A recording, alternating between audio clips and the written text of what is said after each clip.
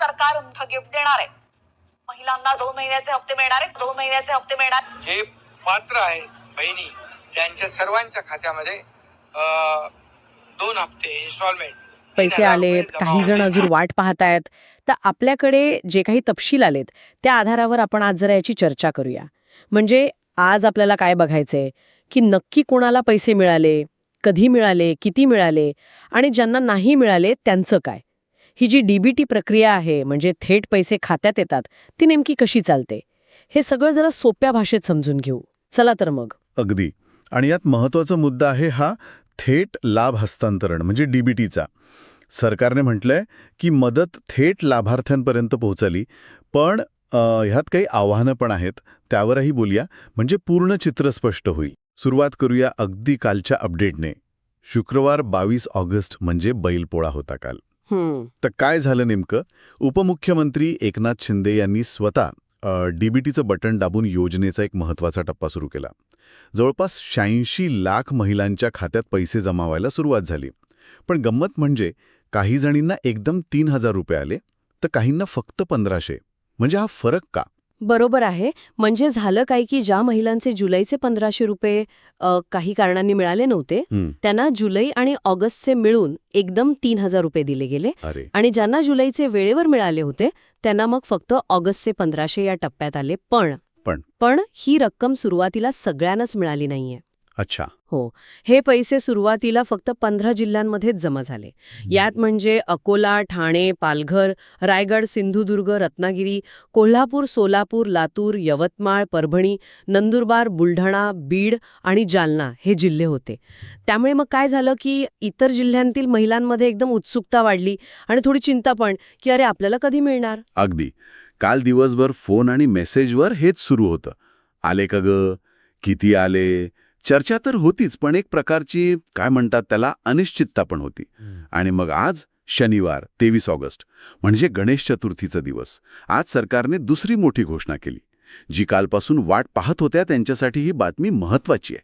काय आहे ही घोषणा? हो ना, म्हणजे सरकारने आता स्पष्ट केलंय की जे जिल्हे काल राहिले होते त्या सगळ्या उरलेल्या जिल्ह्यांमधल्या पात्र बहिणींच्या खात्यात पुढच्या 48 तासांमध्ये पैसे जमा होतील. इतकंच नाही, तर ज्या बहिणींचे जुलैचे पैसे थांबले होते ना आणि त्या कालच्या 15 जिल्ह्यांमध्ये नव्हत्या, त्यांना पण आता जुलै आणि ऑगस्टचे मिळून थेट 3,000 रुपये मिळणार आहेत. म्हणजे सरकार आता सगळ्यांपर्यंत पोहोचायचा प्रयत्न करतंय. महिला व बालविकास मंत्री अदिती तटकरे यांनी पण याला दुजोरा दिलाय. त्या म्हणाल्या, गणपती बाप्पा मोरया, बहिणींच्या घरी बाप्पा येताना सरकारकडून मिळालेली ही भेट त्यांच्या आनंदात भर घालेल. सणांच्या तोंडावर ही घोषणा आहे, त्यामुळे तिचं महत्त्व आहे. हो ना, म्हणजे रक्षाबंधन, मग बैलपोळा, आता गणेशोत्सव, असं सलग 3 सणांना ही भेट दिली जातीये. रक्षाबंधनाला 1,500 मिळाल्यावर थोडी नाराजी होती, कारण आधी वाटलं होतं 3,000 मिळतील. आता बैलपोळ्याला काहींना 3,000 मिळाले आणि आता उरलेल्यांना पण मिळणार आहेत. म्हणजे पॅकेजिंग केल्यासारखं वाटतंय. पण हे टप्प्याटप्प्यानं पैसे काय येतात? डीबीटी म्हणजे काय नक्की? हा महत्वाचा प्रश्न आहे. डीबीटी म्हणजे डायरेक्ट बेनिफिट ट्रान्सफर. सरळ सरकार थेट लाभार्थ्याच्या बँक खात्यात पैसे पाठवतं. मध्ये कोणी नाही. कागदावर तरी यामुळे भ्रष्टाचार टळतो, वेळ वाचतो असं म्हणतात. पण एक मोठी तांत्रिक अडचण आहे यात. अडचण कोणती? सरकारी जी सिस्टीम आहे ती एका दिवसात जास्तीत जास्त 35 लाख खात्यांमध्येच पैसे ट्रान्सफर करू शकते. आता लाभार्थी तर कोटींच्या घरात आहेत. अच्छा, म्हणजे एकाच वेळी सगळ्यांना पाठवणं शक्यच नाही. अगदी. म्हणूनच मग सरकारला हे टप्प्याटप्प्याने करावं लागतं. आधी काही जिल्हे घेतले, आता उरलेले घेत आहेत, असं नियोजन करावं लागतं त्यांना. पण मग ही 35 लाखांची मर्यादा तर आधीपासून माहीत असणार ना? मग एकदम घोषणा करून नंतर टप्प्याटप्प्याने देण्याऐवजी आधीच सांगता आलं नसतं का की या जिल्ह्यांना आधी मिळेल? म्हणजे उगाच लोकांचा गोंधळ झाला नसता. मुद्दा बरोबर आहे तुमचा. सैद्धांतिकदृष्ट्या तसं करता आलं असतं. पण अनेकदा मोठ्या योजनांमध्ये काय होतं की प्रत्यक्ष अंमलबजावणी करताना काही वेगळेच प्रश्न येतात.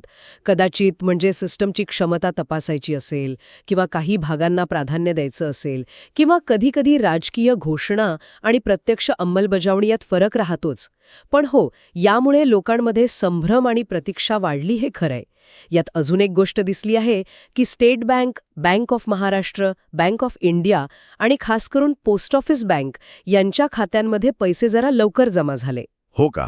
असं का? याचं कारण असं दिलं जातंय की जास्त करून ग्रामीण भागातल्या गरजू महिलांची खाती याच बँकांमध्ये जास्त आहेत. त्यामुळे कदाचित सुरुवातीला या बँकांवर जास्त लक्ष दिलं गेलं असेल. बरं, आता जरा दुसऱ्या बाजूला येऊया. अपात्रता आणि पडताळणी. मुख्यमंत्र्यांनी स्वतः सांगितलं की जवळपास 50 लाख महिला सुरुवातीला अपात्र ठरल्या. केवढा मोठा आकडा आहे हा? काय कारणं होती याची? हो, आकडा खरंच मोठा आहे आणि धक्कादायक पण. यामागे बरीच कारणं होती.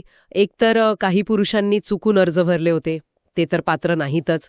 दुसरं म्हणजे उत्पन्नाची अट आहे 2.5 लाखांची. तर काही महिलांच्या कुटुंबाचं उत्पन्न त्यापेक्षा जास्त निघालं तपासणीत. आणि तिसरं जे खूप महत्त्वाचं आहे ते म्हणजे कागदपत्रांमधल्या चुका. बऱ्याच बायकांच्या आधार कार्डवरचं नाव, रेशन कार्डवरचं नाव किंवा जन्मदाखल्यावरचं नाव यात फरक होता. अच्छा. बँक खात्याला आधार लिंक नव्हतं किंवा चुकीचं लिंक होतं. अशा अनेक तांत्रिक आणि कागदपत्री चुकांमुळे पण अनेक खऱ्या गरजू महिला सुरुवातीला बाहेर राहिल्या असतील. म्हणजे एवढ्या मोठ्या संख्येने सुरुवातीलाच लोक अपात्र ठरले, यावरून काय वाटतं? अर्ज भरतानाच गोंधळ झाला, की निकषच खूप कडक होते, की माहिती गोळा करण्यातच काहीतरी गडबड झाली? यातून अनेक गोष्टी दिसतात. एक तर योजनेचे नियम आणि अर्ज कसा भरायचा याची माहिती कदाचित सगळ्यांपर्यंत नीट पोचली नसेल. दुसरं, अर्ज घेताना किंवा त्यांची प्राथमिक तपासणी करताना काही चुका राहिल्या असतील. आणि तिसरं, सरकारी रेकॉर्ड्स म्हणजे रेशन कार्ड, आधार, बँक खाते हे अजूनही 100% एकमेकांशी जोडलेले नाहीत, अचूक नाहीत. त्यामुळे पण प्रॉब्लेम्स येतात. पण चांगली गोष्ट ही आहे की सरकारने हे इथेच थांबवलेलं नाहीये. म्हणजे ज्या महिला अपात्र ठरल्या होत्या किंवा ज्यांची नावं यादीत नव्हती अशा सुमारे 77 लाख महिलांसाठी, यात सुरुवातीचे 50 लाख आणि नंतरचे पण असतील, एक विशेष पडताळणी मोहीम सुरू केली आहे सरकारने 15 ऑगस्टपासून. ओके, पडताळणी मोहीम. हो, आणि ती 15 सप्टेंबरपर्यंत चालणार आहे. यात अंगणवाडी सेविका, पंचायत समितीचे कर्मचारी हे सगळी माहिती पुन्हा तपासत आहेत. घरोघरी जाऊन किंवा कागदपत्र बघून नाव, पत्ता, उत्पन्न, रेशन कार्ड, आधार लिंकिंग सगळं तपासलं जातंय. त्यामुळे ज्यांना वाटतं की आपण पात्र आहोत पण पैसे नाही आले, त्यांनी आपल्या अंगणवाडी ताईकडे किंवा पंचायत नगरपालिकेत चौकशी नक्की करावी. आणि या पडताळणीतून जे पात्र ठरतील त्यांचं काय? त्यांच्यासाठी काय वेगळं आहे? हो, आणि हे खूप महत्वाचं आहे. जर या पडताळणीत एखादी महिला पात्र ठरली तर तिला फक्त जुलै-ऑगस्टचे नाही तर जून महिन्यासकट म्हणजे जून, जुलै आणि ऑगस्ट या तिन्ही महिन्यांचे मिळून एकदम 4,500 रुपये गणेशोत्सव गिफ्ट म्हणून मिळू शकतात, असं सरकारने जाहीर केलंय. अरे वाह, म्हणजे 4,500 रुपये एकदम. हो, ही रक्कम सणासुदीला खूप मोठा आधार ठरू शकते कुटुंबासाठी. पण इथे एक प्रश्न पण उभा राहतो की नाही, की 77 लाख महिलांची पडताळणी करायची गरज का पडली? म्हणजे सुरुवातीलाच एवढ्या चुका कशा झाल्या? आणि एवढी मोठी पडताळणी करायला जी यंत्रणा लागते ती खरंच तेवढी सक्षम आहे का? वेळेत हे काम पूर्ण होईल का? यावर विचार व्हायला हवा, कारण याचा थेट परिणाम लाभार्थींवर होतो. अगदी बरोबर म्हटलात. तर मग पुन्हा एकदा जरा स्पष्ट करूया की पात्र होण्यासाठी नक्की काय काय लागते, म्हणजे ऐकणाऱ्यांना कळेल. नक्कीच. सगळ्यात पहिलं म्हणजे घरात पिवळं किंवा केशरी रेशन कार्ड पाहिजे. दुसरं, आधार कार्ड बँक खात्याला लिंक केलेलं पाहिजे. तिसरं, बँकेत जाऊन NPCI मॅपिंगसाठी कन्सेंट फॉर्म म्हणजे संमतीपत्र दिलेलं असावं लागतं. हे NPCI मॅपिंग महत्वाचं आहे, कारण त्यानेच सरकारला कळतं की पैसे नक्की कोणत्या आधार लिंक खात्यात टाकायचेत. आणि चौथं म्हणजे eKYC पूर्ण असावं लागतं, म्हणजे तुमची आधारवरची माहिती इलेक्ट्रॉनिक पद्धतीने व्हेरीफाय झालेली असावी लागते. या सगळ्या गोष्टी बरोबर असतील तर सहसा पैसे अडकत नाहीत. बरं, आता या सगळ्या घोषणा आणि प्रक्रिया सुरू आहेत. लोकांकडून काय प्रतिक्रिया येत आहेत? काही उदाहरणं आहेत का? हो, प्रतिक्रिया तर येत आहेत. काही जणी खूप आनंदी आहेत. एका महिलेने सांगितलं, काल रात्री मेसेज आला, सकाळी बघितलं तर 3,000 जमा झालेले. घरात खरंच बाप्पा आल्यासारखं वाटलं. मुलांना कपडे, घरात गोडधोड करता आलं, खूप मदत झाली. हे ऐकून बरं वाटतं. तर दुसरीकडे काही जणी अजून वाट बघतायत पण आशेनं. एक प्रतिक्रिया अशी होती, आमचं नाव नाही अजून यादीत, पैसे पण नाही आले. अंगणवाडीताई येऊन गेल्या होत्या, कागदपत्र बघितली, आता गणपतीत मिळतील म्हणे टीव्हीवर सांगतायत, म्हणून वाट बघतोय. म्हणजे आनंद पण आहे आणि प्रतीक्षा पण. हो, हे असंच चित्र असणार. सरकारच्या आत्ताच्या घोषणेनुसार पुढच्या आठवड्यात उरलेल्या जिल्ह्यांमध्ये पैसे जमा व्हायला वेग येईल अशी अपेक्षा आहे. आणि पडताळणीचं काम 15 सप्टेंबरपर्यंत आहे. त्यामुळे सप्टेंबरमध्ये म्हणजे गणपती विसर्जनाच्या आसपास सगळ्या पात्र बहिणींना, अगदी पडताळणीनंतर पात्र ठरलेल्यांना सुद्धा त्यांचे पैसे मिळायला हवेत असं दिसतंय. मोठ्या योजना राबवताना वेळेचं नियोजन, अचूक माहिती आणि लोकांशी स्पष्ट संवाद किती महत्वाचा असतो हे यातून पुन्हा एकदा दिसतंय. विशेषतः सणासुदीला लोकांना मदतीची अपेक्षा जास्त असते. तर आपण याचा आता एकंदरीत आढावा घेऊया. आपण बघितलं की महाराष्ट्र सरकारने बहिणींना सणांची भेट योजनेतून बैलपोळा आणि गणेश चतुर्थीला महिलांना आर्थिक मदत जाहीर केली आहे. ही मदत डीबीटीने म्हणजे थेट खात्यात टप्प्याटप्प्याने दिली जातीये. पहिल्या टप्प्यात 15 जिल्ह्यांना पैसे मिळाले, काहींना 1500, काहींना 3000. आता उरलेल्या जिल्ह्यांना पुढच्या 48 तासात पैसे मिळणार आहेत आणि ज्यांचे जुलैचे बाकी होते त्यांना 3000 मिळतील. आणि जी मोठी गोष्ट आहे ती म्हणजे जवळजवळ 77 लाख महिलांची पडताळणी सुरू आहे. त्यात पात्र ठरल्यास त्यांना जूनपासूनचे एकदम 4500 रुपये गणेशोत्सव गिफ्ट म्हणून मिळू शकतात. म्हणजे सणांच्या पार्श्वभूमीवर ही एक मोठी योजना आहे जी सध्या वेगाने सुरू आहे. अगदी. आणि या सगळ्या प्रक्रियेतून, या अनुभवातून एक विचार करण्यासारखा मुद्दा पण आहे. ही जी तात्काळ मदत आहे ती गरजू कुटुंबांना नक्कीच महत्वाची आहे, विशेषतः सणांच्या वेळी, यात काहीच शंका नाही. पण एवढी मोठी डीबीटी योजना राबवताना जी आव्हानं समोर आली, म्हणजे सुरुवातीलाच एवढ्या मोठ्या संख्येने लोक अपात्र ठरणं, त्यांची पडताळणी करायला लागणारा वेळ, प्रशासकीय यंत्रणेवरचा ताण, डीबीटी सिस्टमच्या मर्यादेमुळे टप्प्याटप्प्याने पैसे देणं, या सगळ्यावरून काय शिकायला मिळतं?